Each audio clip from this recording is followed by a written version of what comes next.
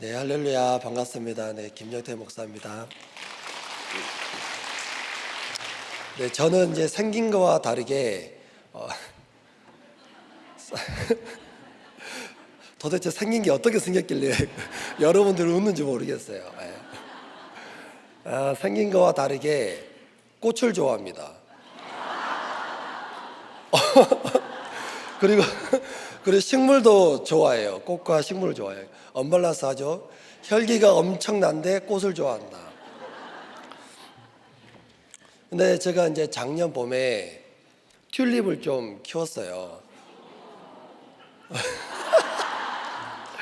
도대체 이 교회에서 제 이미지가 어떻길래 튤립을 키웠는데 빨리 치고 끝나잖아요. 그래서 튤립 구근을 잘 보관을 했어요. 잘 보관을 했는데 요 근래 보니까 그 구근에서 또 싹이 나오더라고요. 곧 있으면 또 꽃이 피겠죠. 예. 요즘 큐티 말씀에 이제 말씀의 씨앗 이 말씀을 많이 하시는데 그 생각이 들더라고요.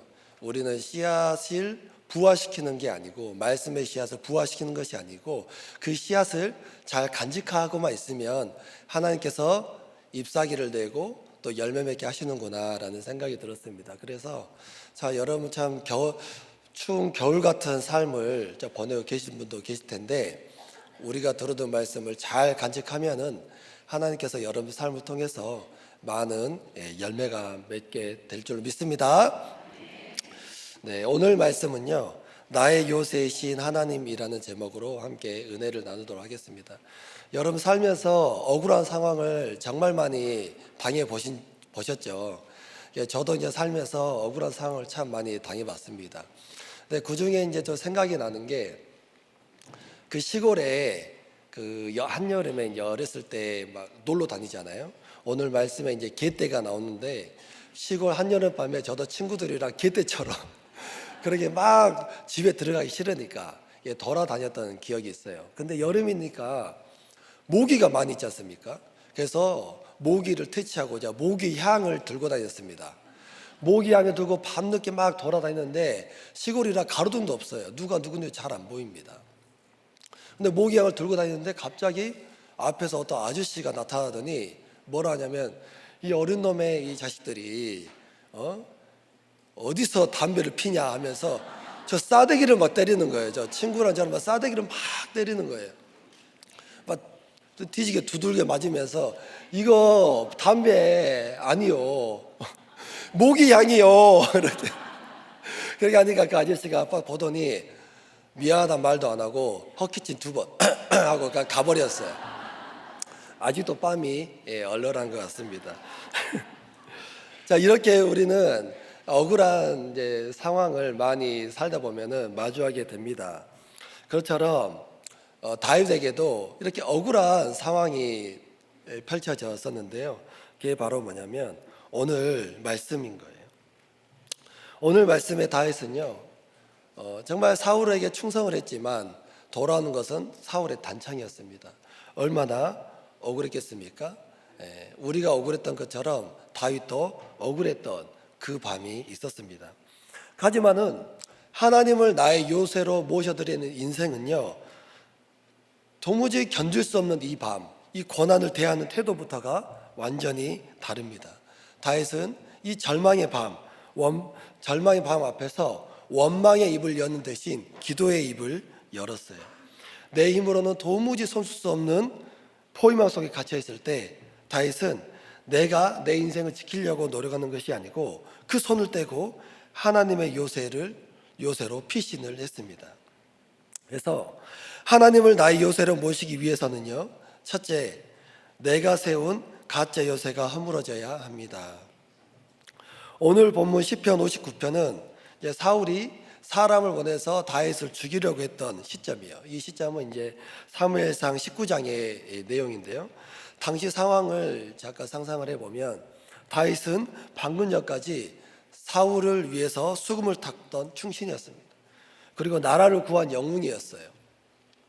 그런데 갑자기 사울 왕이 단창을 던지기 시작합니다. 그래서 간신히 피해서 집으로 향했어요. 근데 사울은 거기서 끝나지 않았습니다. 자객들을 보내서 다윗을 모든 출입구에 자객들을 숨겨놓은 거예요. 사무엘상 19장 11절을 함께 읽겠습니다. 사울이 전령들을 다윗의 집에 보내어 그를 지키다가 아침에 그를 죽이게 하려 한지라. 다윗의 아내 미갈이 다윗에게 말하 이르되 당신이 이 밤에 당신의 생명을 구하지 아니하면 내일에는 죽임을 당하리라 하고, 아침이 되면 나오는 즉시 다윗을 죽여라, 이게 사울의 명령이었던 거예요. 너무나 억울한 상황 아니겠습니까? 그 나라를 구하기 위해서 목숨 걸고 바쳤고 사울에게 충성을 했지만 돌아오는 것은 죽음의 위기였습니다. 우리에게도 이런 밤이 찾아올 때가 있습니다. 직장에서 정말 최선을 다했고 그런데 배제되고, 그죠? 모든 일이나 왕따 당하고 직장 내 괴롭힘 당하죠. 그리고 가정을 지키려고 그렇게 했었지만 배우자에게 외면을 당합니다. 그리고 자녀를 위해서 그렇게 헌신을 했지만 돌아온 것은 자녀의 방황인 거예요. 이때 우리를 가장 괴롭히는 것이 뭐냐? 바로 내 잘못이 아닌데 왜 나에게 이런 일이 일어난가 하는 억울함입니다. 이 억울함이 사람을 너무나 힘들게 하는 거예요. 저도 이제 어렸을 때 정말 억울했던 상황은, 내가 이 부모를 선택한 것이 아닌데 왜 나는 이런 집에 태어나서 엄마와 아빠 싸우는 모습을 보고 자라야 하는가? 왜 나는 이런 가난에 살아야 하는가라는 억울함이 많이 있었습니다. 이 절망의 상황 가운데 다윗은요, 사람을 붙잡아서 그래 해명을 하거나 아니면 원수 갚으려고 시도를 하거나 하지 않습니다. 그 원수를 욕하지도 않아요. 대신 그는 누구를 찾습니까? 바로 하나님을 찾습니다. 1절 함께 읽겠습니다. 나의 하나님이여, 나의 원수에게서 나를 던지시고 일어나 치려는 자에게서 나를 높이 두소서. 생사가 오가는 그 자리에서 다윗은 원망 대신 하나님을 찾는 자리를 선택을 합니다. 죽음의 공포가 가득한 그 시간, 오히려 진짜 하나님을 만나는 시간이 된 것이죠. 이때 당시에 다윗의 머릿속에 원망의 얼굴이 얼마나 많이 스쳐 지나갔겠습니까? 원망되는 사람들이 정말 많이 스쳐 지나갔을 거예요.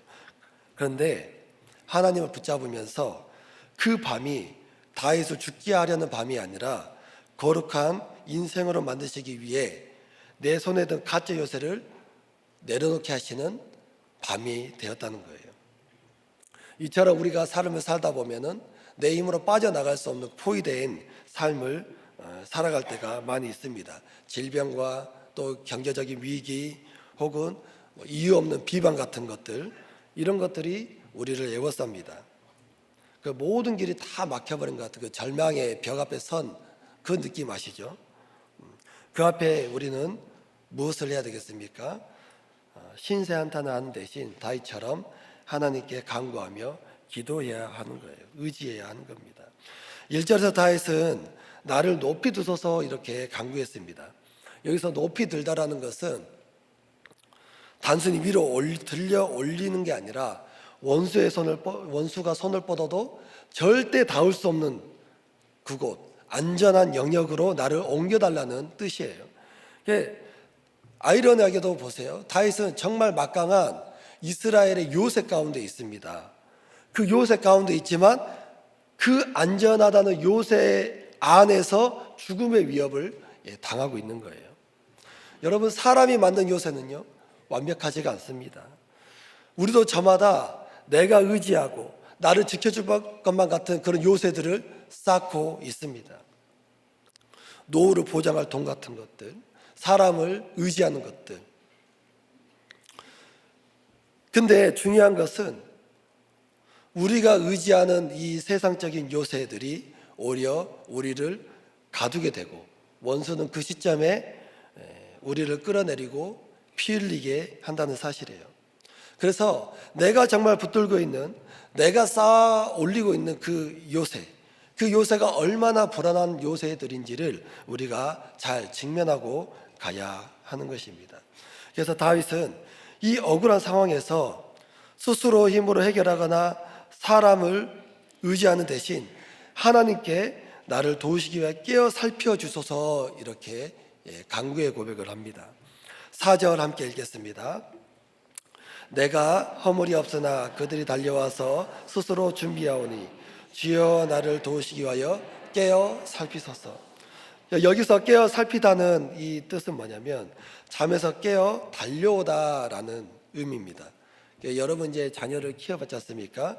자녀가 자고 여러분 주무시는데 아기가 응애 이렇게 하면은 엄마들은 그를 듣고 일어나지 않습니까? 그죠? 저희 아내도 그랬어요. 제가 들락날락 왔다 갔다 이렇게 해도 절대 안 깨요. 근데 아기가 응애 이렇게 하면은 깨요. 너무 신기했습니다. 이게 아버지는 절대 가질 수 없는 응애의 철학이구나. 응애. 우리가 하나님 앞에 응애하면 하나님께서 버선발을 신고 우리에게 달려오신다는 거예요. 이렇게 우리가 절박하지 않으면 기도가 잘 안 나와요. 그래서 하나님께서는 우리에게 때로는 통의 자복을 위해서 고난과 사건을 허락하십니다. 저도 이제 이렇게 급박한 상황 가운데 거했던 적이 있는데 제가 예수님을 안 믿고 예수님 믿었던 친구들을 핍박하고 예수님 못 믿게 했던 그때에 친구들과 저수지에서 수영대회를 하다가 물에 빠져 죽을 뻔했어요. 물풀이 발에 감겨가지고 점점 이제 가라앉은 겁니다. 여기까지 찼어요. 아무리 발버둥해도 벗어 나올 수가 없는 거예요. 친구들이 이미 저리 다 가 있고 이제 나는 죽었구나 했는데 저수지 끝에 교회 십자가가 보이는 거예요. 기도해야겠다. 하나님 제발 이번 한 번만 살려주십시오. 어떻게 됐을까요? 정말 놀랍게도 그 감겼던 그 물풀이요 다 풀렸다는 거 아니에요. 그리고 나서 제가 교회를 갔겠어요, 안 갔겠어요? 어떻게 그래 잘하세요? 여러분 다 관시법 배웠어요? 사람 이렇게 거시기해요. 제가 오늘은 절대 사투리 안 쓰려고 다짐했는데 망했습니다. 좌우지간에 이 사람은 이렇게 고난이 없으면 하나님 앞에 이 통의 자복을 하지 못해요. 근데요 5절에 보면은 다윗은 하나님을 만군의 여호와라고 이렇게 고백합니다. 여전히 다윗의 눈에는요 창밖만 내다보면 자객들이 돌아다니고 자객들이 수렁수렁하는 소리가 들리고 그랬어요. 자객이 보입니다. 근데 만군의 여호와 하나님이라고 얘기를 해요. 다윗의 눈에는 자객들보다 누가 더 크게 보여요?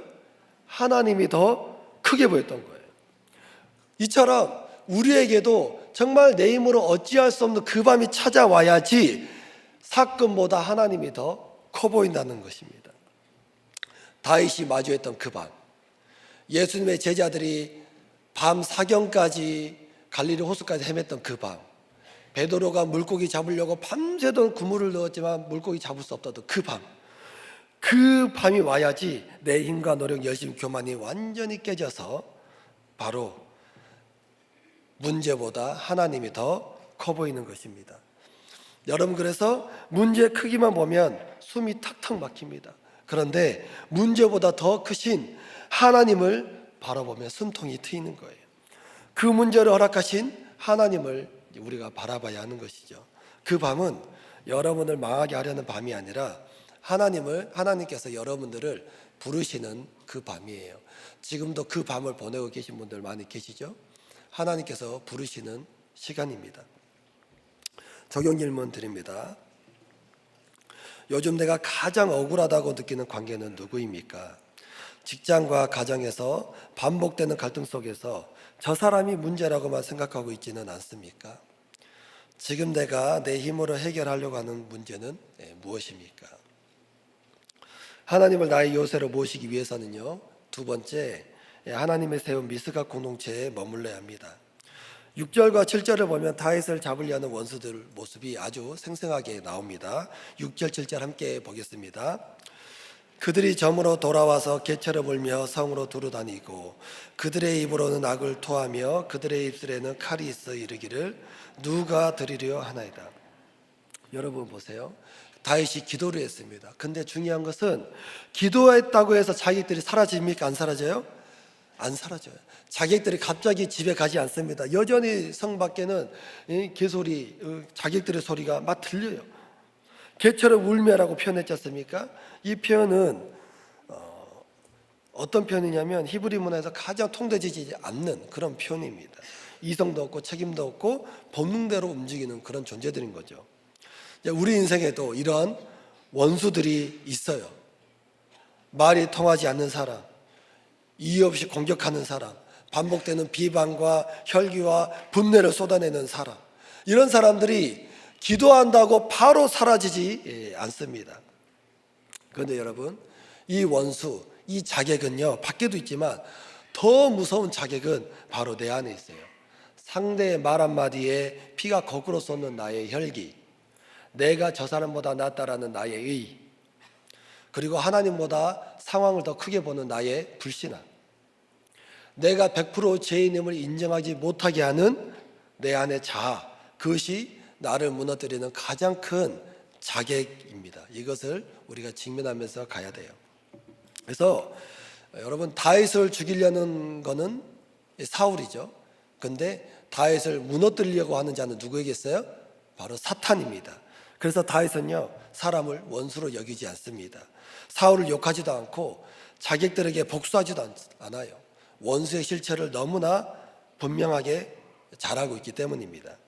환경은 하나도 변하지 않는 그런 순간에서 이 실체를 잘 알아야지만이 우리가 완벽한 해석을 할 수가 있는 거죠. 근데 이처럼 밖에는 아직도 자기의 목숨을 노리는 자객들이 있지만 다윗은 갑자기 고개를 들어서 하나님을 바라보기 시작합니다. 여유가 없을 텐데 하나님을 바라봐요. 어떻게 그렇게 됐을까요? 바로 환경은 그대로인데 그 환경이 하나님의 말씀으로 해석이 되기 때문에 하나님을 바라보게 되는 거예요. 8절 보시기 바랍니다. 함께 봅니다. 여호와여, 주께서 그들을 비웃으시며 모든 나라들을 조롱하시리다. 땅에서는 자객들이 이를 가고 있는데 하늘에서는 하나님께서 웃고 계십니다. 비웃어요. 왜입니까? 사울의 광기는 다윗을 죽이려고 하지만 하나님은 그 광기를 사용해서 다윗을 높은 곳의 요새로 인도하고 계시기 때문이에요. 그래서 사건 자체는 비극이지만 그 사건이 하나님의 말씀으로 해석이 되면 비극은 희극이 됩니다. 자객의 소리가 하나님의 웃음소리로 들리게 되는 거예요. 그리고 그렇게 되니까 9절에 다윗이 결정적으로 고백을 합니다. 함께 읽겠습니다. 하나님은 나의 요새시니 그의 힘으로 말미암아 내가 주를 바라리이다. 여기서 요새라는 단어는 히브리어로 미스갑이라는 단어예요. 도망쳐 올라가 더 이상 접근할 수 없는 높은 곳이라는 뜻이에요. 이 중요한 건 시제입니다. 요새가 되어 주실 것입니다, 이게 아니에요. 하나님은 나의 요새입니다. 다윗은 아직 도망을 못 갔어요. 여전히 그 성 안에 갇혀 있어요. 아직 새벽이 오지 않았고 아직 미갈이 줄을 내려서 다윗을 구출해 주지 않았습니다. 그런데 다윗의 고백이 뭐예요? 하나님은 나의 요새입니다. 이미 요새 안에 있다라고 이렇게 고백을 하는 거예요.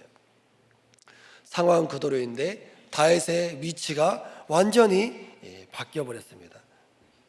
가장 안전한 요새신 하나님의 요새 안에 들어와 있는 거예요. 그래서 다윗이 들어간 요새는 어디입니까? 바로 인생의 목적인 행복이 아니라 거룩임을 깨닫는 바로 그 자리입니다. 또한 이 요새는 혼자만의 장소가 아니라 정말 정죄받지 않고 말씀으로 나를 처방해주는 목장, 바로 이 목장이 이 땅에서 누릴 수 있는 가장 안전한 미스갑, 요새가 되는 거예요. 세상의 요새는, 그 거짓 요새는 내가 나를 지켜야 되기 때문에 늘 불안합니다. 하지만 말씀의 요새는요, 하나님이 지키시기에 정말 안전해요. 바로 이게 믿음이에요. 믿음은 상황이 변한 뒤에 말하는 것이 아니라 내가 지금 어디에 속해 있는지를 먼저 고백하는 거예요. 그래서 여러분들의 가정이 위태롭고 불행하고 또 불안한 장소를 할지라도 들으는 말씀으로 그 자리를 미스갑으로 만들어 나가는 것이 여러분들의 사명인 줄 믿습니다. 그래서 중요한 것은 원수의 입구 없금이 아닙니다. 바로 내 위치예요. 내 위치. 참된 요새는요, 내가 무기를 들고 싸우는 곳이 아니라 하나님 뒤에 숨는 곳이에요. 이곳에서는 해결이 아니라 해석을 구합니다. 어떻게 나에게 이런 일이 있을 수 있어? 라는 것이 아니라 이 사건이 나를 어디로 데려가는가를 묻는 자리예요. 하나님은요, 오늘 우리가 세운 거짓의 요새에서 나와서 말씀의 피난처로 우리가 옮겨가기를 간절히 바라고 계십니다. 아멘이시죠? 네. 그래서 10절에 보면 다윗은 복수를 구하는 기도도 하지 않습니다. 판단하지 않아요. 하나님이 요새 안에 있기 때문에 모든 판단을 누구에게 맡겨드립니까? 하나님께 맡겨드려요. 하나님께서 판단하시라고. 그래서 최고의 복수는 뭐냐? 내가 하나님의 요새 안에 잘 숨어 있는 것이 최고의 복수입니다. 당신이 나보다 옳다라고 고백하면서 끝까지 가정을 지키고 사는 것, 그것이 바로 요새 안에 거하는 자가 보여주는 구원의 능력인 거예요. 그래서 문제를 크게 보는 사람은요, 계속 자기만의 요새를 쌓게 됩니다. 하지만 하나님을 크게 보는 사람은요, 요새 자체를 바꿔버려요. 여러분도 그 요새 자체를 바꿔버리길 소망합니다. 이번에 이제 청소년부 이제 수련회를 했었는데, 그 고등학교 3학년 남자아이가 이제 간증을 했습니다. 이 아이의 간증은 하나님의 요새가 우리 삶에 어떻게 실제하는지를 보여주는 생생한 이 증거가 될 것 같습니다. 이제 중학교 시절에는 되게 귀엽고 똘망똘망한 아이였는데 어느 순간 이게 불곰이 되어가지고 막 이렇게 뚱뚱해가지고 나타났더라고요.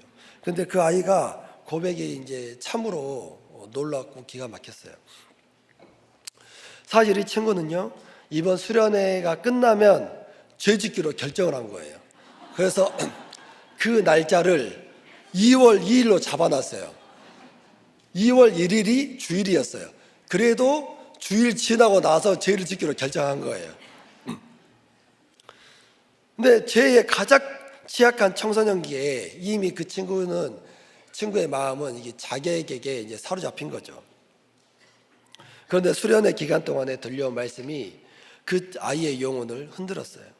그래서 아무리 생각해도 이것은 아니다 싶어가지고 결국 죄의 유혹을 뿌리치고 거절하기로 결단하고 많은 청소년 아이들 앞에 이제 고백을 했습니다. 그래서 죄를 끊어내고 죄를 짓지 않기로 결단한 거예요. 이게 어떻게 가능했겠습니까? 이 아이가 대단한 게 아니라 사실은 비록 연약하고 요동은 있지만 그 아이가 이미 어디 안에 있다고요? 하나님의 요새 가운데 있다라는 거예요. 그래서 말 들어보니까 지금 그 아이가 이제 필리핀 이제 DT를 가서 열심히 사역을 하고 있거든요. 필리핀 사역하는 그 친구들 나눔에서도 이 얘기를 계속 오픈을 했다 그래요. 이건 아니다, 이건 아니다 계속 친구들이 얘기해 줬다고 합니다. 이 정말 요동할 수밖에 없는 청소년인데 이미 하나님의 요새 안에 있기 때문에 하나님의 간섭함으로 그 죄가 끊어지게 된 거예요. 더 놀라운 건 뭐냐면 2월 1일 2일 당일이 되니까 교회 친구들에게 아침부터 저녁까지 연락이 왔다는 거예요. 땡땡아 땡땡아 너 지금 괜찮냐? 땡땡아 땡땡아 너 지금 죄 지었냐 안 지었냐? 이렇게 얘기를 했다는 거예요. 저도 전화했습니다. 땡땡아 땡땡아 너 죄 지었냐 안 지었냐? 누구세요? 하는 거예요. 김정태 목사님이야. 너 죄 지었어 안 지었어? 전화 잘못 거셨습니다. 다시 걸어서 땡땡아 땡땡아 너 괜찮냐? 정말 친구들 기도 덕분에 제가 안 짓고 끊을 수 있었습니다. 이렇게 고백을 하는 거예요. 그래서 이 친구에게 그 땡땡이에게 이 친구들의 전화는요, 하나님께서 지켜주시는 경고의 벨이었습니다. 이것이 바로 하나님이 우리를 요새 안에서 지키시는 방식입니다. 그래서 목장 가운데서 여러분들을 권면하는 이 소리가 사실은 누구의 소리입니까? 하나님께서 여러분들을 깨우시는 소리인 거예요. 그래서 하나님은 미스각 같은 공동체, 가장 안전한 요소를 통해서 우리 아이들을 지키시고 저와 여러분들이 넘어지지 않도록, 쓰러지지 않도록, 포기하지 않도록 지켜가고 계십니다. 결코 우리 혼자의 힘으로는 이 자객을 당해낼 수가 없어요.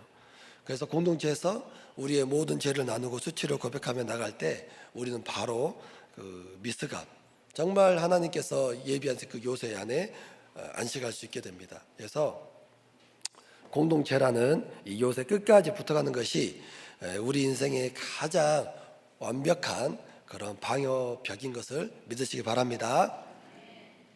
적용 질문 드립니다. 요즘 내가 의지하는 요새는 어디입니까? 돈입니까? 사람입니까? 목장입니까? 불안할 때 가장 먼저 붙잡는 것은 무엇입니까? 하나님께 숨기기보다 문제를 통제하려고 들고 있지는 않습니까? 하나님을 나의 요새로 모시기 위해서는요, 세 번째, 구원의 은혜를 기억해야 합니다. 이어서 다윗은 하나님께 기도하는데요, 그 기도의 내용은 우리의 예상을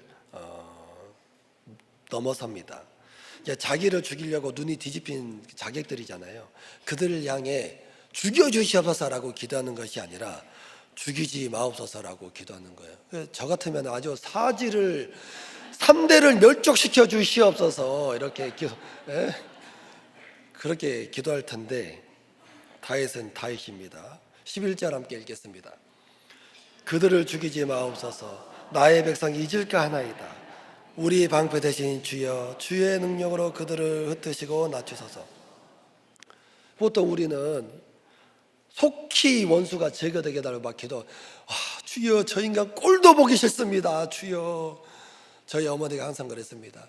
아이고 귀신은 뭐나 저 왼수 안 물어가고 항상 그랬어요.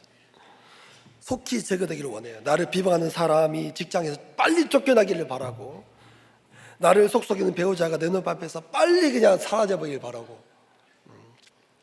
웃으시는 분은 회개하시기 바랍니다. 그것이 우리의 솔직한 마음인 거죠, 진짜. 그렇죠? 그 원수, 저도 막 원수 몇 명이 막 지나가요, 막 슉슉슉슉슉. 그런데 다윗은 왜 그들을 살려두려고 그렇게 했을까요? 바로 나의 백성이 잊을까 하나이다, 이것 때문이에요. 다윗은 원수들이요 순식간에 죽어서 사라지는 것을 바라는 것이 아니라 서서히 하나님의 심판을 받으면서 그것을 보는 백성이 악인의 손에서 구원하신 하나님의 그 은혜, 그걸 잊지 않고 계속 기억할 수 있기를 바라는 마음이었던 거예요. 원수가 사라지면 우리는 곧바로 마음이 어떻습니까? 고난이 사라지고 사건이 사라지면 곧바로 어떻게 돼요? 우리 마음이 갑자기 여유로워져요. 그렇죠? 갑자기 기도도 안 나오고, 그렇죠? 배부르고 등 따스우면은요 정말 사람이 교만해지고 나태해져요. 그래서 성경을 보면 우리가 배고프고 궁핍할 때 하나님은 절대 걱정 안 하세요. 근데 우리가 배부르고 등 따스울 때는 하나님이 정말 많은 걱정을 하십니다. 떠내려갈까 봐. 그래서 우리가 정말 부유해지고 고난이 사라지면은 하나님의 은혜를 잃어버리는 것이 우리의 고질적인 한계입니다. 그래서 하나님은 원수를 통해 또 그리고 나를 밟아주는 사람을 통해서 우리를 깨어있게 하신다. 인정하기 싫지만 그렇습니다. 그래서 지금 여러분 잠 못 자게 하는 그 원수가 누구입니까? 여러분 생각나죠? 원수, 나를 못 살게 구는 그 원수, 막 배우자, 그죠? 또 부모의 가슴에 대못을 박는 자녀, 평생을 성실히 살았는데 내 몸에 찾아온 질병. 인간적으로 보면 그것은 너무나 피우고 싶은 환경이에요. 하지만 구속사로 보면은 그 원수는 내가 하나님을 잊지 않도록 내 곁을 지키는 나의 구원을 위해 수고해주는 존재라는 것이다. 이거를 우리가 기억하길 바랍니다. 그래서 다윗은 이 원수를 죽여달라고 하지 않고 오히려 흩으시고 낮춰주소서라고 기도합니다.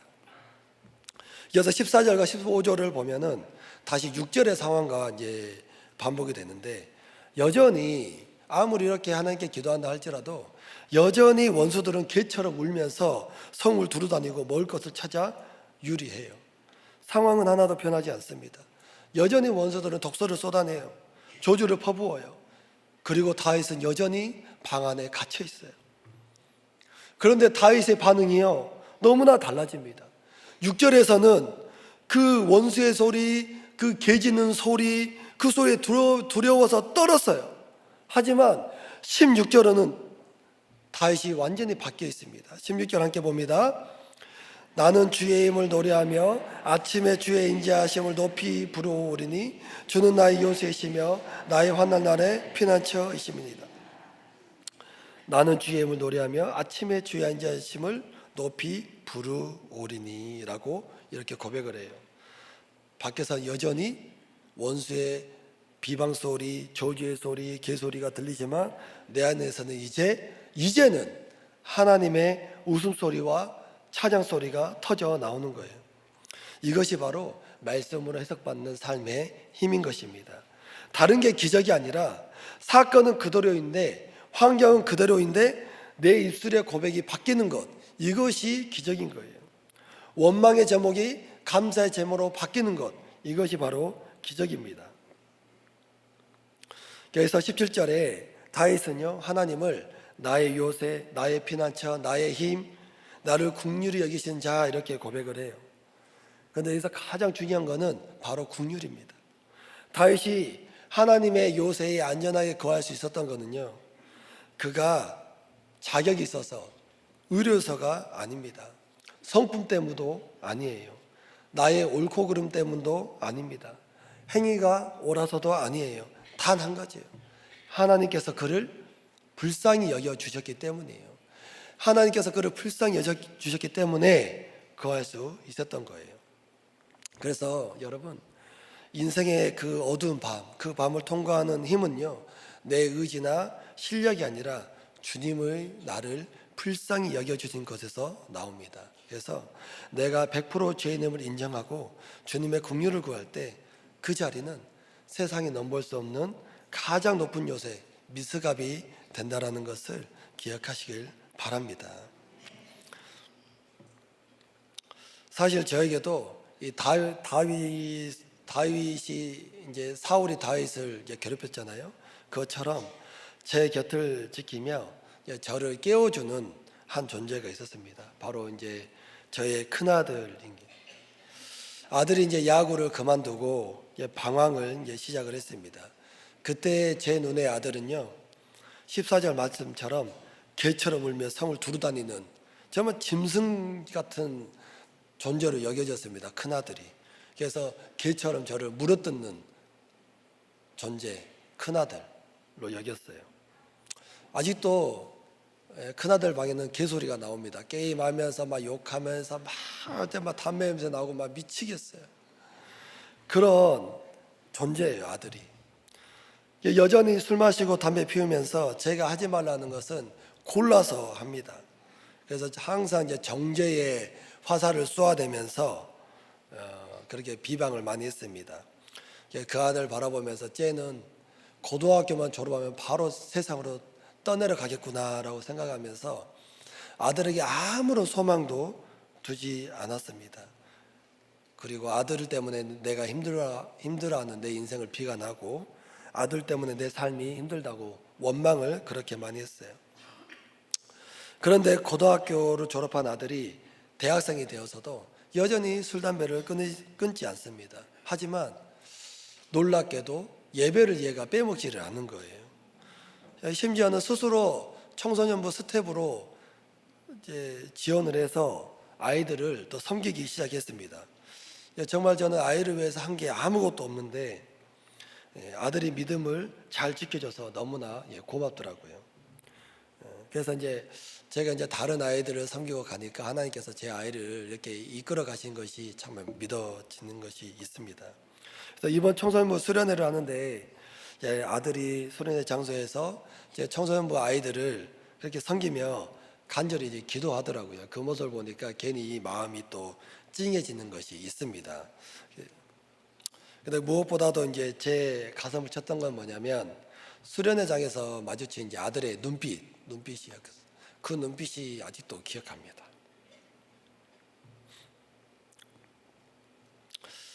아들은 이제 저를 보면서 지나가면서 마주치잖아요. 마주치면은 아들은 이제 저에게 인사를 건네요. 밥 먹었냐? 피곤하지는 않냐? 이거 다정하게 챙겨줘요, 아들이. 괜찮냐? 막 이렇게 뭐 좀 먹어라 이렇게 하면 그렇게 이제 인사를 하더라고요. 근데 너무나 속상했던 것은 아들이 제 눈을 마주 보지를 못하는 거예요. 무서워서겠죠. 그 눈빛을 보는데 제가 아버지의 눈을 못 봤거든요. 제가 아버지의 눈을 0.1초도 못 봤어요.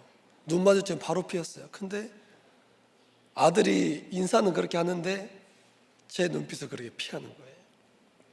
그 순간 제가 깨달았어요.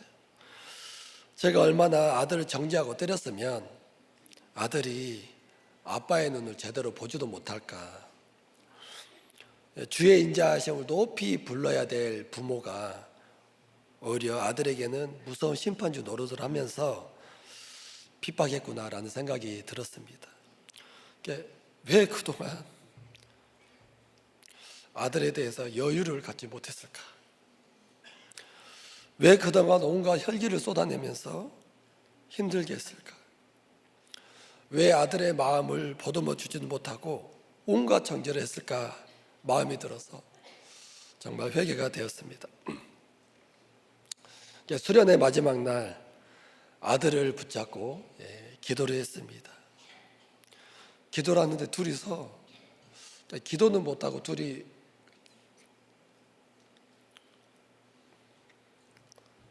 눈물만 흘렸던 것 같아요. 그동안 저는 이제 아들 때문에 제가 수고한다고 생각을 했는데 아니었습니다. 사실은 아들이 저 같은 정말 문제 많은 부모, 어쩌다가 우리 아들은 섬에서 태어나가지고 정말 거치게 살았던 나를 만나서 이렇게 고생하나 이런 생각을 들었어요. 아들 때문에 못 살겠다고 그동안 원망을 많이 했는데 아들은 저를 망하게 하려는 원수가 아니라 제 성품 속에 가려진 추악한 죄와 혈기를 보게 하려고 하나님께서 수고하게 하신 것이 인정이 되었습니다. 사실 아들 아니었으면 제 속에 있는 혈기가 어떻게 드러났겠어요, 그죠? 아들이었기 때문에 제가 아주 꼭지 돌 때까지 그냥 저의 혈기를 막 드러나게 한 거죠. 맞짱 뜨자 이렇게 하면서. 그동안 이제 아들이 있었기 때문에 이제 제 혈기가 드러나게 되었고 하나님 앞에 엎드려 울 수 있었습니다. 그리고 17절의 고백처럼 주님 나를 긍휼히 여겨 주시옵소서라고 진짜 하나님께 간구할 수 있었어요. 아들이 저의 구원을 위해서 너무나 이제 수고를 많이 한 거죠. 이게 정말 깨달아져서 회개가 되었습니다. 이제 그 아들이 이제 4월 달에 이제 군대를 간대요. 이제 우리들 교회 올 때가 이제 중딩 1학년인가 2학년인가 기였는데 이제 4월 달에 이제 군대를 간대요. 전에는 이제 이놈의 자식 빨리 군대 가서 한 5년 7년 그냥 싹 다 와라. 5년 7년 그냥 막 밟히다가 와라. 그래야 네가 정신 차리지. 라고 이렇게 이제 했는데 막상 또 군대를 간다고 하니까 마음이 너무 짠한 거예요. 이게 가장으로서 목회자로서 자녀들에게 보여준 것이 참 없어서 여전히 미안한 마음이 들고 이제 지금 휴학해서 마음껏 방에서 게임을 하거든요. 게임하면서 개소리가 여적도 나요. 막 진짜 막. 근데 전에는 그 욕하는 그 개소리가 너무 듣기 싫어서 방문을 그냥 찢어버리고 싶었는데 야, 이게 이제 사람이 딱 간사해요. 이제 군대 간다고 하니까 그래 아들아 마음껏 해라. 마음껏 해라. 어차피 가면 못하니까 마음껏 해라. 이 짓거리 보는 것도 이제 끝이다. 이런 궁절한 마음이 드는 거예요. 지금까지 이제 자녀의 자리에서 저를 깨어있게 해준 아들이 이제 군대 가게 되니까 걱정이 많이 된다. 나를 깨어있게 해준 아들인데 이제 가면 어떡하냐. 걱정이 너무 된다라고 하니까 옆에 있는 사역자가 얘기하더라고요. 아, 목사님 괜찮아요. 둘째 있고 셋째 있잖아요. 이제 둘째 자려러 가니까 또다시 겁이 나는 거예요. 둘째도 보통이 아니거든요. 진짜 걔는 얌전한데 한 번 터지면 저 닮아가지고. 네, 그렇습니다. 이처럼 여러분을 괴롭히는 그 한 사람, 그 사람이 바로 여러분이 하나님의 은혜를 잊지 않게 해주는 그 한 사람인 거예요. 하나님의 은혜를 잊지 않게 하려고 보내주신 하나님의 방편임을 기억해야 합니다.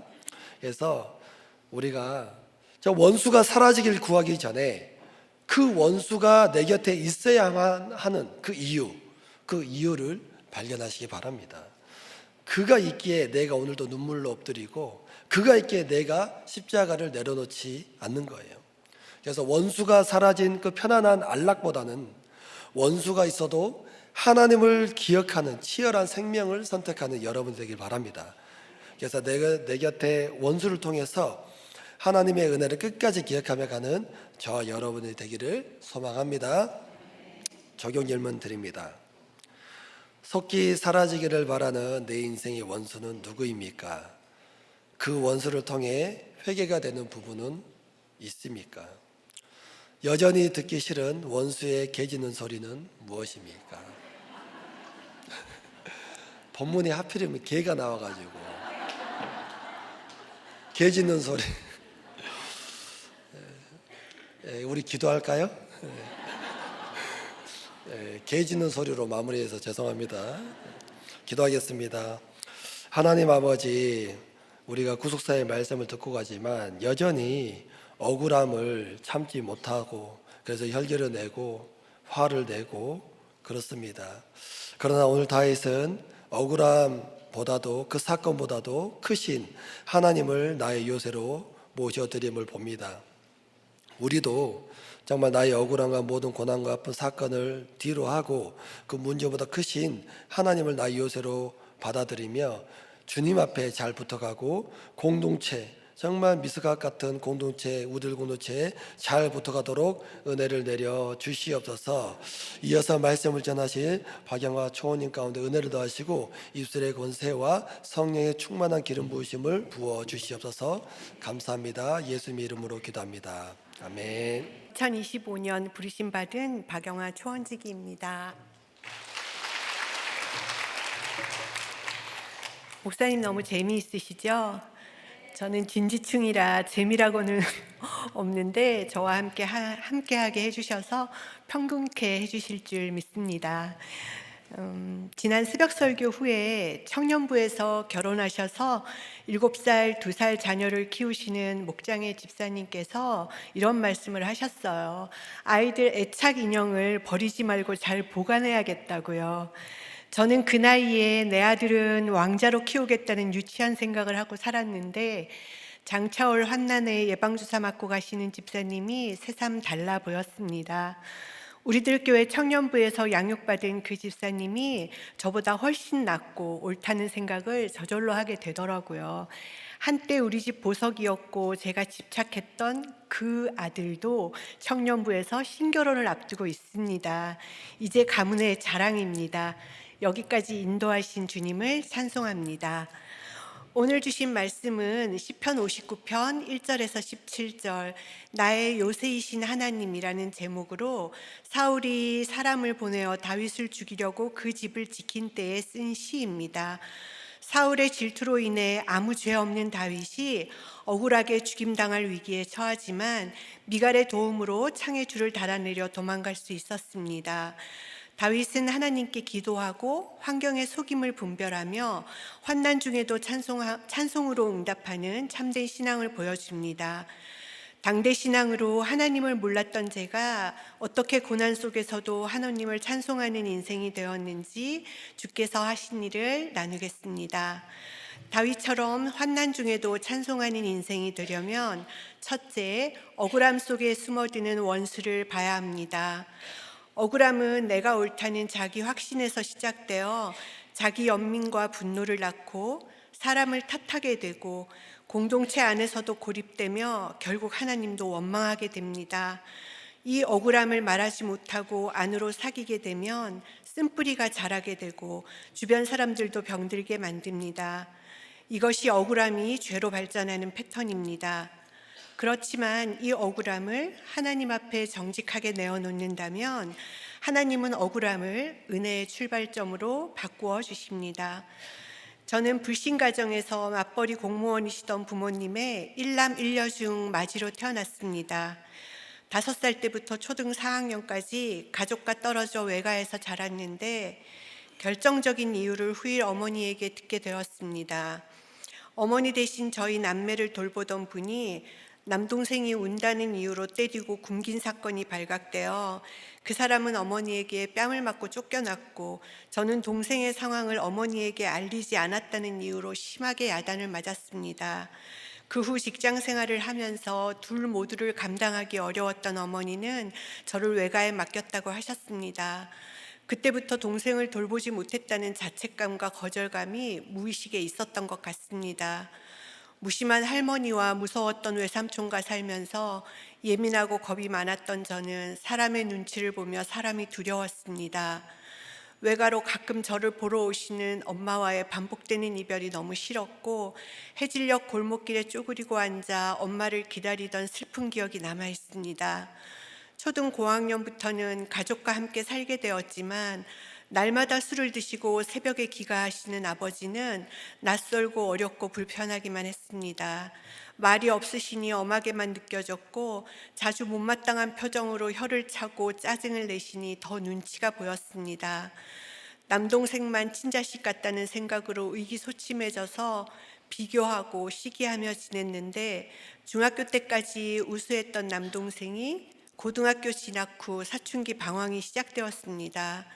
가출한 남동생을 부모님이 어렵게 찾아 데리고 온 어느 날, 다시 나가겠다는 난동을 막으려다 어머니는 넘어지는 진열장 유리에 다쳐 피를 흘리시고, 아버지는 주저앉아 우시던 장면이 생각납니다. 그럼에도 이후에는 큰 소리 한 번 난 적 없이 온 가족이 각자의 상처를 마음에 쌓아가며 오랜 시간 병들어 갔습니다.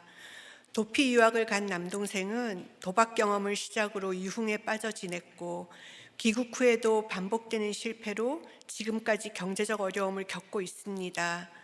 저는 평생 남동생 문제로 힘들어하시는 어머니의 관심과 사랑을 받아보겠다고 억울함을 누르고 남동생 문제를 같이 고민하고 집착하며 착한 딸이 되려고 애쓰며 살았습니다.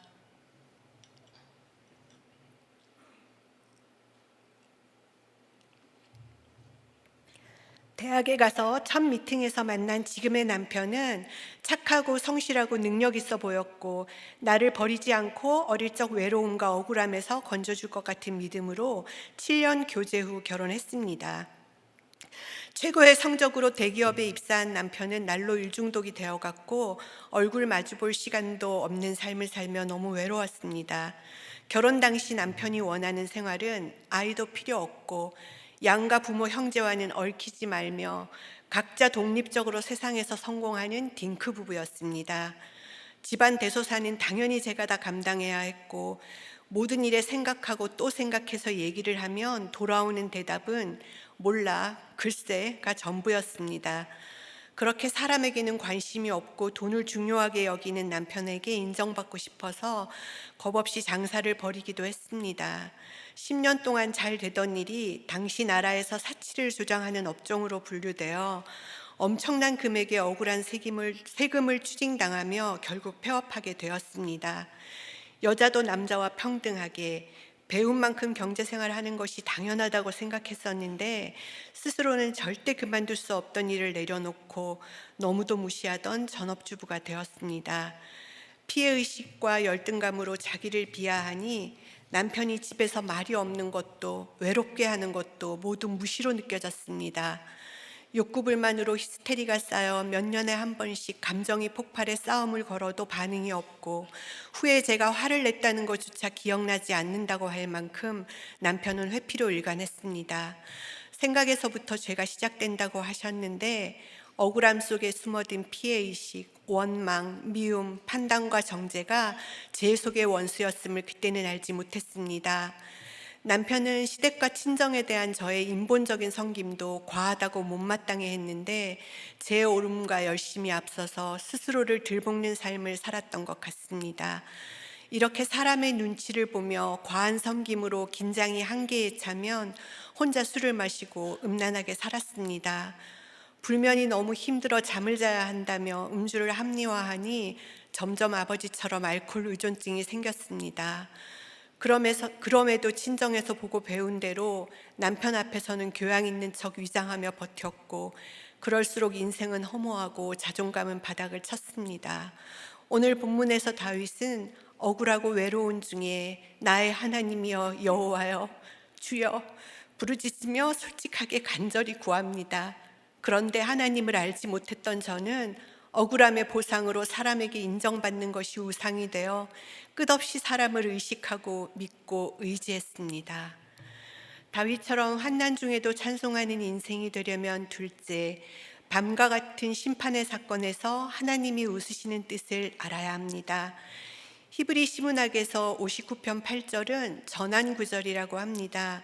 7절까지는 억울함에 잠긴 다윗의 고발과 절규로 가득합니다.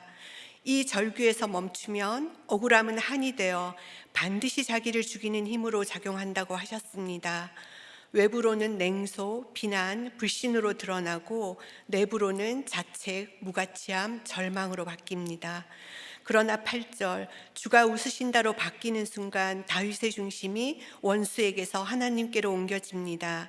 이게 바로 말씀이 들어온 자리입니다. 억울함의 초점이 그들이 왜 나를 이렇게 했는가에서 하나님이 왜 이 일을 내게 허락하셨는가로 바뀝니다. 억울한 일은 반드시 오지만 그것을 말씀으로 해석하느냐 아니면 감정으로 반응하느냐에 달려 있습니다. 말씀으로 해석하고 회개로 나아갈 때 그의 인자하심으로 나를 영접해 주시는 하나님을 만나게 됩니다. 결혼 후 8년간 각자 일하고 주말에는 먹고 노는 인생이 너무 허무해져서 남편을 설득해 아들을 낳았습니다. 아들은 어려서부터 소리에 극도로 예민하고 잘 울고 먹지를 않아서 애를 태웠습니다. 저보다 훨씬 더 예민한 아들을 통해서 예민한 것이 주위 사람들을 얼마나 힘들게 하는 죄인지도 깨닫게 되었습니다. 평생 남동생의 방황을 본 저는 친정어머니가 남동생을 위해 유일하게 안 해본 일이 교회에 가는 것이었다는 생각이 들었습니다. 그렇게 보험 삼아 아들을 강남 대형교회 주일학교에 넣어놓고 한편으로는 온갖 정보와 사교육을 동원해서 아들에게 줄 수 있는 기회는 모두 다 경험하게 하겠다고 열심을 냈습니다. 교양 있는 목소리로 아들과 대화하고 설득하며 끌고 간다고 생각했고 아들은 초등 때 모두가 부러워하고 칭찬하는 모범생이었습니다. 공부는 기본적으로 잘할 줄 알았고 거기에 더 풍성한 삶을 위해 16가지의 예능을 접하게 했습니다. 스트레스를 풀게 해주겠다고 아들을 설득해 드럼까지 배우게 했는데 지금 생각해보면 소리에 예민한 아들이 얼마나 괴로웠을지 너무 미안합니다. 그렇게 아들의 교육에 올인하고 있을 때 남동생 부부가 오랜 갈등 끝에 마지막으로 이혼한다는 사건이 왔습니다. 당시 우리들 교회를 다니며 3년간 저를 전도하던 지인에게 남동생 부부 이야기를 했더니 제가 먼저 말씀이 들려야 동생을 살릴 수 있다는 말에 수요 예배에 오게 되었습니다. 동생 부부가 이혼하지 않게 해달라고 수개월 기도하는 동안에 찬송의 가사가 들리기 시작했고 세례받을 때 이사야 43장 찬송이 저에게 하시는 말씀으로 들렸습니다. 담임 목사님 어록 중 사람은 믿음의 대상이 아니라는 말씀과 우리 가정이 부재중 아빠, 우울증 엄마의 대표적인 문제 가정임을 알게 되었습니다. 결혼 생활 반 이상을 주말 부부로 각자 살아가던 남편도 자신이 이단이 아닌지 봐주겠다고 2013년 가을 전도 축제에 왔습니다.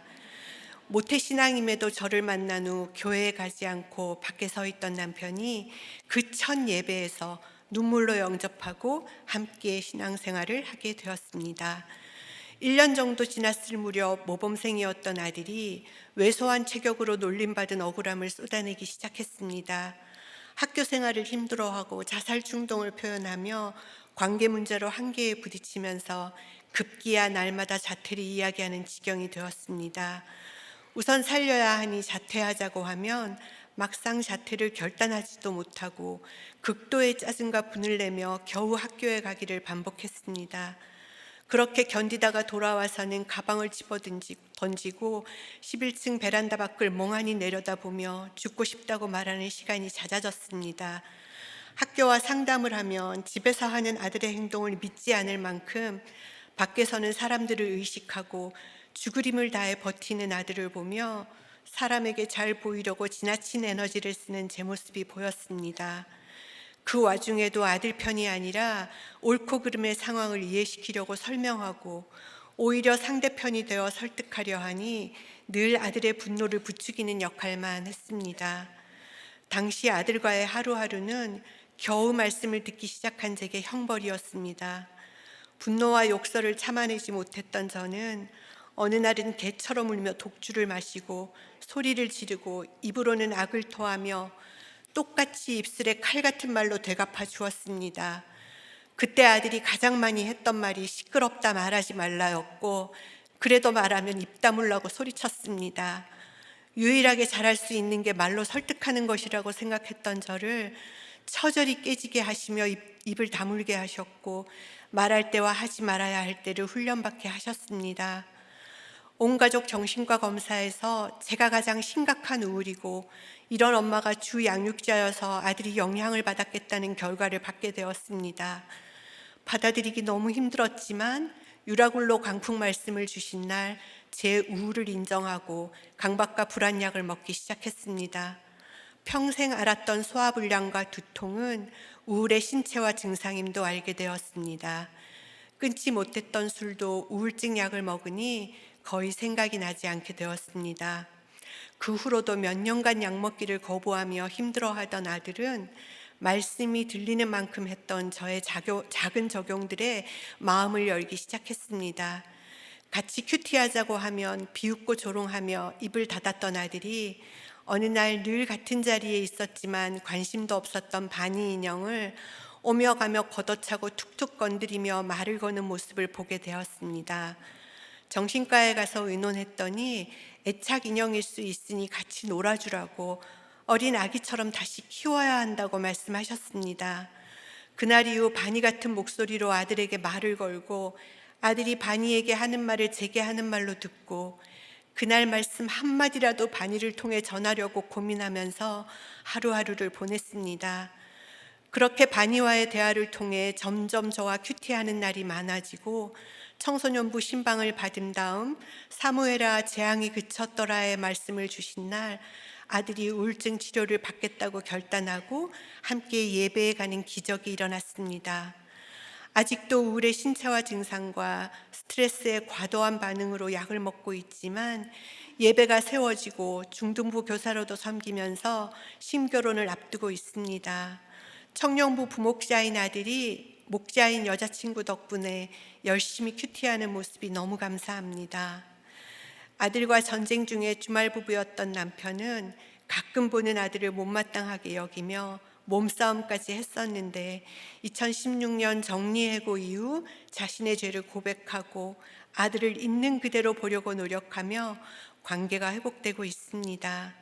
심판과 같은 아들의 사건에서 제 안의 욕심과 교만의 원수를 직면하고 때마다 나누며 가다 보니 모든 원수를 비웃으시며 조롱하시는 하나님의 주권과 인자하심으로 나를 영접하신 하나님을 고백하게 되었습니다.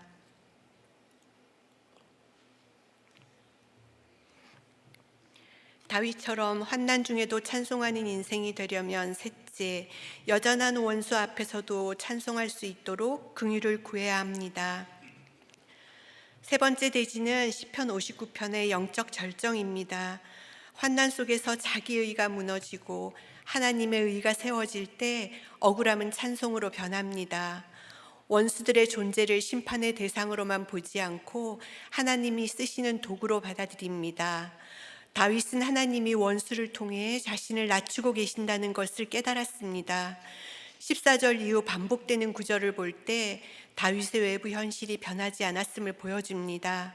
16절 아침은 시간의 전환점이자 신앙의 상징입니다. 다윗은 아직 밤속에 있지만 이미 아침을 노래합니다. 환경이 변하지 않아도 하나님이 나의 산성임을 믿기 때문에 찬송할 수 있습니다. 이 찬송은 감정의 반응이 아니라 영적 인식의 선언입니다. 하나님은 나를 지키시는 요새이시며 동시에 내 죄를 덮으시는 긍휼이십니다. 하나님은 남편에게 복종이 안 되는 저를 점으로 돌아와 전업주부가 되게 하시고 우상 삼던 아들의 마음이 아픈 심판을 통해 저를 흩으시고 낮추셨습니다.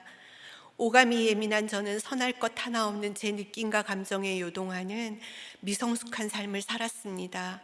힘도 없고 능력도 없으니 과한 생각으로 말만 많은 저에게 오늘 12절에 입술의 말은 곧 그들의 입의 죄라고 분명히 말씀하십니다. 입에 힘이 들어가 과장하고 강조하고 포장하는 말로 저주와 거짓말의 교만을 일삼는 죄인임을, 그래서 진노하심으로 소멸당해 마땅한 개 같은 죄인임을 고백하게 하십니다. 그럼에도 긍휼히 여겨주셔서 밤 같은 죄와 환난 중에도 회복의 아침을 찬송하게 하시니 감사합니다. 믿지 않았을 때 제 인생 롤 모델이었던 친정어머니가 2년 전 소천하셨습니다. 평생 희생적이셨던 친정어머니는 제 강권의 지방교회에서 세례를 받으셨지만 예수님이 안 믿어진다고 하셨습니다. 말씀이 들리면서 어머니와 가치관의 차이로 거짓 화평이 깨어지고 객관화되는 과정을 겪으며 집착을 내려놓을 수 있었습니다. 오랜 단절 끝에 어머니 장례식장에서 다시 만난 남동생 부부에게 그날 주신 말씀으로 사과하는 적용을 할 수 있었습니다. 돈을 주지 못하면 관계를 끊어야 한다고 믿었던 생각을 내려놓고 있는 그대로 말하고 할 수 있는 만큼 돕기도 하면서 관계를 단절하지 않을 수 있게 되었습니다. 어머니가 돌아가시고 얼마 후에 올케가 직장암 사기 진단을 받고 1년 반 투병 후에 작년 6월 소천하였습니다. 착하고 인내심이 많아 동생과 살아내면서 두 자녀에게 소망을 두고 교회를 거절했었는데 제게 함께 영접 기도할 시간을 허락해 주셨고 소천 전날은 목사님을 모시고 임종 예배도 드릴 수 있게 해주셨습니다. 그 사건으로 교회에 등록한 남동생은 한동안 목장에 나오다가 주일에도 일을 해야 한다는 이유로 예배도 목장도 나오지 않고 있습니다. 제가 삶으로 보여준 것이 없어서 그 힘든 중에도 예배가 회복되지 않는 것 같아 마음이 아픕니다. 몇 년 사이 가장 사랑하던 엄마와 아내를 잃은 남동생과 두 조카들이 유리하는 인생 되지 않고 예배가 회복되길 기도 부탁드립니다. 정리해고 사업을 시작한 남편이 8년이 지나도 매출이 없고 위기만 계속되니 최근에는 무기력과 우울이 온 것 같다고 합니다. 정리해고로 예수님 만난 남편이 자신의 힘을 온전히 빼고 주를 의지하며 찬송하는 인생 되기를 기도합니다. 라고 계속 기도하고 있었는데 며칠 전에 아주 적지만 첫 계약이 이루어졌습니다. 기도 감사합니다. 남편의 사업상 교통이 편하다는 이유로 40년 고향을 떠나 충청 지역 목장을 섬긴 지 3년이 지났습니다. 세종으로 내려갈 때 말씀이 사도행전의 마지막 바울이 죽으러 로마에 들어가는 말씀이었는데 이런저런 사건을 통해 제 의가 죽어지고 오직 성령만을 구하고 의지하는 믿음으로 양육시켜가고 계십니다. 내가 한 일이라고 자랑하거나 내가 해서 안 됐다고 정죄하던 삶에서 나의 어떠함이 아니라 오직 주가 하시는 사람 살리는 일에 동역하는 기쁨을 알게 하십니다. 초원지기로 부르심을 알던 날 주신 말씀이 사무엘상 25장 29절 생명싹의 말씀이어서 틈만 나면 세상으로 달려가는 저를 보호하시기 위해 주신 직분임이 깨달아져 눈물이 났습니다. 그 주 제 대표적인 죄패인 사람을 두려워하는 죄를 다시 한번 일깨워 주셔서 여호와 앞 자기 자리, 사명의 자리를 지키라고 말씀해 주셨습니다. 혼자서는 아무것도 할 수 없지만 날마다 주시는 말씀이 있고 함께 나누고 찬송할 지체와 공동체를 주셔서 때마다 두려움을 넘어서 한 발씩 가게 하십니다. 어떤 환경에서도 요새와 피난처이신 주 안에서 주의 힘과 인자하심을 찬송하는 남은 삶이 되도록 긍휼히 여겨주시길 간절히 기도합니다. 말씀을 맺겠습니다. 다윗처럼 환난 중에도 찬송하는 인생이 되려면 억울함 속에 숨어드는 원수를 보아야 하고 방과 같은 심판의 사건에서 하나님이 웃으시는 뜻을 알아야 합니다. 또 여전한 원수 앞에서도 찬송할 수 있도록 긍휼을 구해야 합니다. 기도하시겠습니다. 하나님 아버지, 세상에 대한 기대와 자랑으로 밖에 서 있던 저를 가족으로 불러주시고 함께 둘러앉아 예배하고 찬송하는 복을 주시니 감사합니다. 저는 하나님을 알지 못해 인생이 억울하다고 원망을 마음에 쌓아두고 인정으로 보상받으려고 사람을 믿고 술에 의지한 주인입니다. 그리고 입으로 악을 토하고 입술에 칼을 물고 남편과 아들을 아프게 하고 저주와 거짓말로 교만 중에 사로잡힐 판단과 정죄의 악을 행하며 없어지기까지 소멸당할 개같은 주인임을 고백합니다. 용서하여 주시고 긍휼을 베풀어 주시옵소서. 어떤 사건 앞에서도 말씀이 들려 해석받는 은혜를 누리게 하시고 세상을 비웃고 조롱하시는 주님의 주권을 인정하고 신뢰하게 하옵소서. 감정적으로 찬송하는 것이 아니라 변하지 않는 환경과 환난 속에서도 믿음의 선언을 노래하며 하나님의 뜻으로 하나 되어 사명으로 나아가는 저와 우리 모두가 되게 하여 주시옵소서. 사랑하는 담임 목사님의 두바이와 유럽 지역 특별 집회에 동행해 주시고 그 한 사람을 향한 눈물의 통과 기도를 기억하사 구속사의 언어가 잘 전달되도록 능력을 더하여 주시고 영으로 소통되는 은혜를 허락해 주시옵소서. 천국이 감추인 곳곳에 구속사 복음의 씨앗이 뿌려지고 충실히 열매 맺도록 역사하여 주시옵소서. 동역하시는 사역자님들과 열방의 선교사님들께도 성령 충만의 은혜를 주시옵소서. 진행 중인 해외 TT와 남아있는 교육부 큐페와 시작될 모든 양육의 기름 부어 주시옵소서. 위기의 이 나라를 불쌍히 여겨주셔서 악법은 막아주시고 생명보호법은 제정되도록 도와주시옵소서. 이 모든 말씀 예수님 이름으로 기도드리옵나이다. 아멘.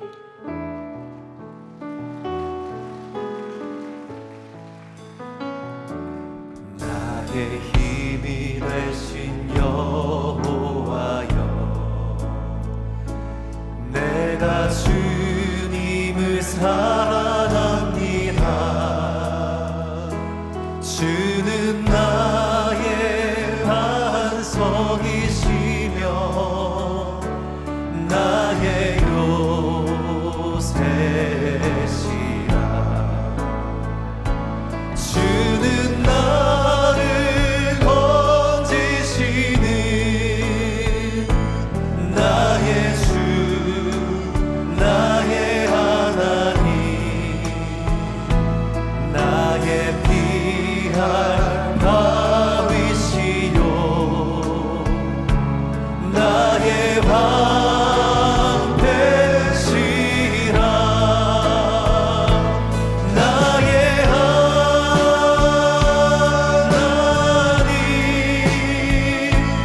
나의 하나님,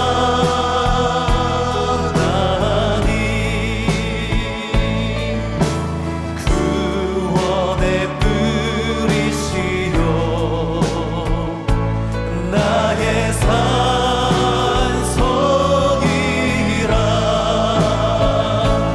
나의 하나님,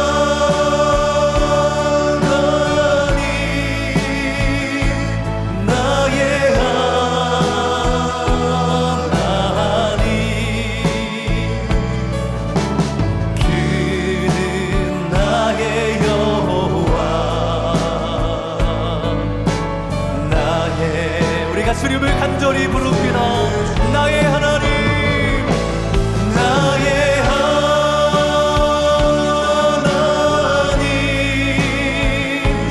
나의 하나님, 구원의 뿌리시요, 나의 산성이라.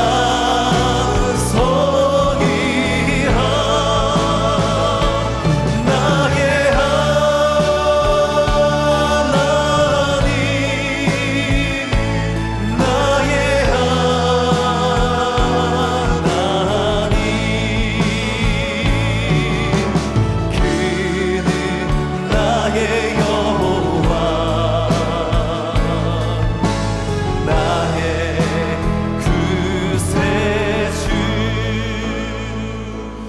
이 시간 말씀을 붙잡고 간절한 마음으로 기도하며 나가겠습니다. 오늘 말씀 속에서 다윗은 억울한 밤, 포위된 밤을 지나며 사람을 원망하지 않고 나를 높이소서.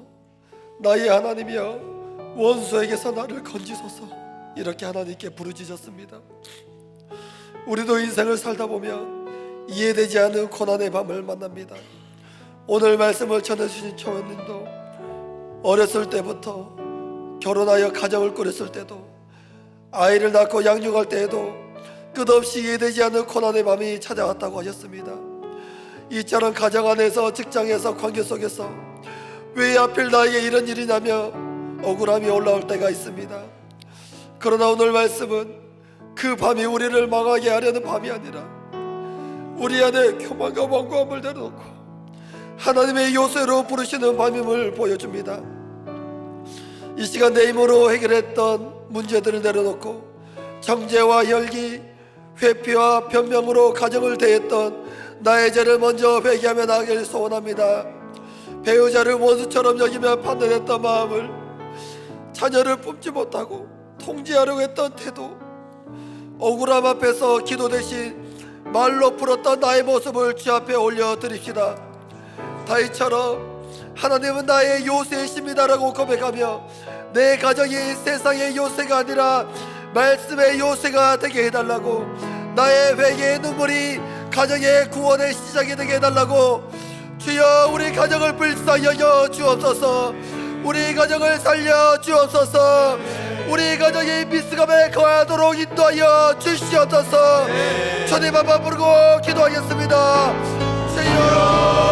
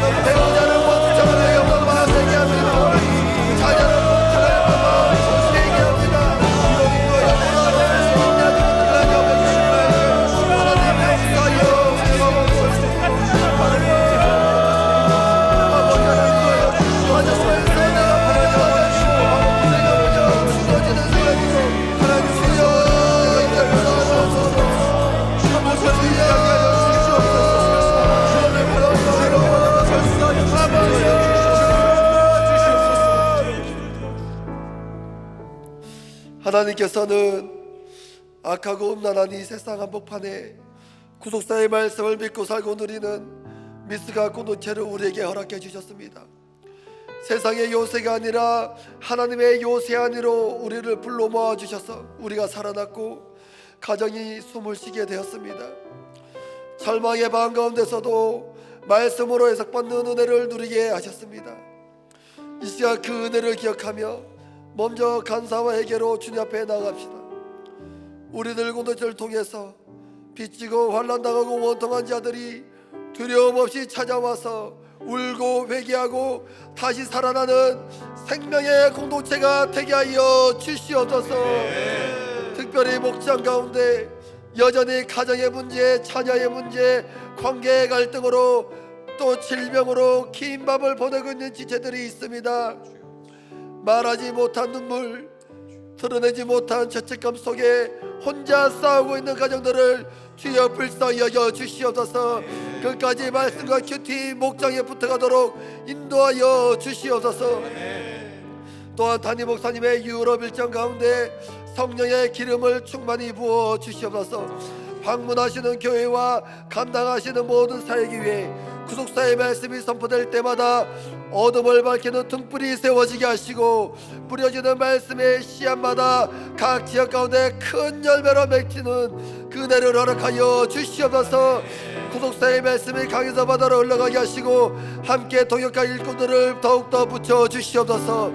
이번 주 금요일부터 진행되는 취약부 집회 가운데도 특별한 은혜를 부어 주시옵소서. 자라나는 다음 세대의 마음밭 가운데 구속사의 말씀이 겨자씨처럼 심겨져 눈에 보이지 않아도 반드시 자라고 열매 맺는 우리의 다음 세대들이 되게 하여 주시옵소서. 끝까지 이 미스갑 안에서 함께 열고 함께 얘기하고 함께 구원받는 하나님의 공동체가 되게 하여 주시옵소서. 우리들 공동체를 붙들어 주시옵소서. 주님 한번 부르 기도하겠습니다. 주여.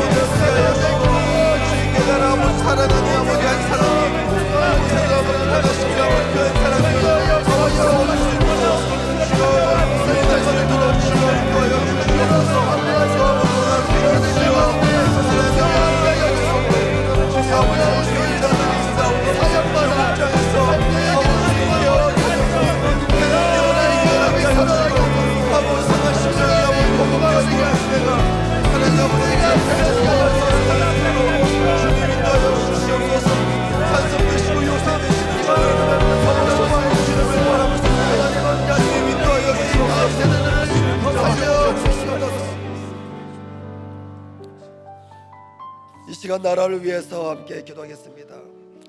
하나님보다 힘을 의지하고 말씀보다 이익을 따르며 정의보다 편을 선택해온 이 나라를 주님 불쌍히 여겨 주시옵소서. 원수가 사라지면 하나님을 잊는 나라가 아니라 고난 가운데서도 하나님을 기억하는 나라가 되게 하여 주시옵소서. 지도자들이 자신의 유익이 아니라 하나님을 두려워하며 국민을 섬기게 하여 주시옵소서. 정치와 경제, 교육과 문화의 모든 영역 위에 세상의 질서가 아닌 하나님의 질서, 하나님의 가치관이 다시 세워지게 하시고 이 세상의 악한 문화와 풍조를 따르는 것이 아니라 말씀을 따르고 하나님을 예배하는 나라가 되게 하여 주시옵소서.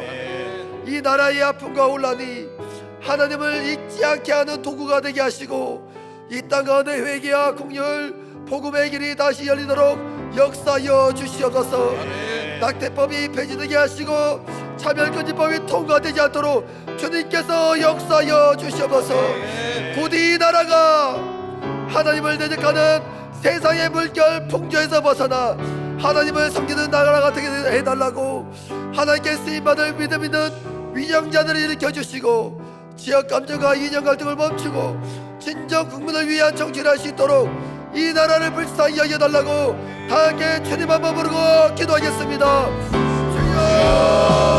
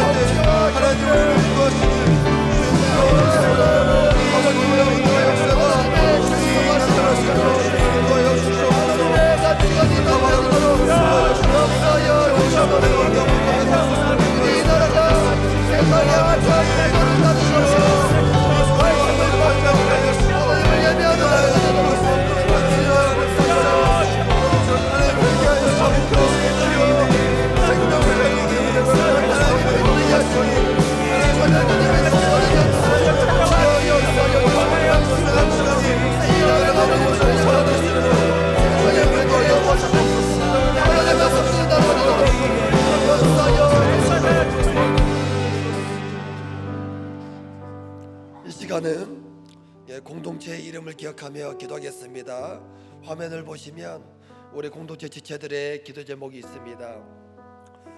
심진희 집사님 딸 뇌전증 수술 후 출혈이 멈추고 의식이 속히 회복되어 깨끗하게 치유되도록, 신영준 집사님 딸 백혈병 의심으로 중환자실에 있는데 깨끗하게 치유되도록, 한창희 김보라 집사님 딸 신생아 구토의 원인이 속히 발견되고 치유되도록, 이성혜 집사님 남편 뇌 전이 암세포가 간만화의 부시술로 모두 사멸되고 치유되어 구원의 사건이 되도록, 강선영 집사님 유방암 항암 중에 있는데 부작용을 이길 체력을 주시고 모든 암세포가 사멸되어 회복되도록, 장우미 집사님 유방암 수술과 12차 항암 과정을 인도하여 주시사 후유증 없이 깨끗하게 치유되도록, 최혜선 집사님 녹내장 진전이 멈추고 남편의 황반변성도 치료되어 부부가 하나님의 사역을 감당할 수 있도록, 김민영 집사님 친정아버지 폐렴 염증이 사라지고 선방전세가 호전되어 죄하루 함께 예배 자리로 나올 수 있도록, 이미경 집사님 조카 손가락 봉화 수술했는데 수지신경이 살아나고 깨끗하게 치유되도록, 하민구 송지혜 집사님 시험관 수술했는데 새 생명을 허락하여 주시도록, 백은하 집사님 아들 망상, 불안, 염려, 강박으로 입원했는데 퇴원 수술 후 공동체에 붙어갈 수 있도록, 조혜은 집사님 손녀, 손자 폐렴과 후두염, RSV 감염으로 입원했는데 깨끗하게 치유되도록, 신영기 집사님 다발성 공수종 암소견으로 어려운 상황인데 속히 입원과 치료받을 수 있도록, 노경혜 성도님 유방암 수술이 잘 진행되게 하시고 이 사건이 가족의 구원에 이르는 통로가 되도록, 남궁경의 성도님 뼈로 전이된 유방암의 고통을 감하여 주시고 항암 치료를 감당할 체력을 부어주시도록, 하이숙 집사님 임파선 조직검사 결과가 정상으로 나오고 모든 염려를 내려놓은 은혜가 되도록, 인치종 집사님 교통사고 골절과 출혈 부위가 속히 안정되고 치료받아 구원의 사건이 되도록,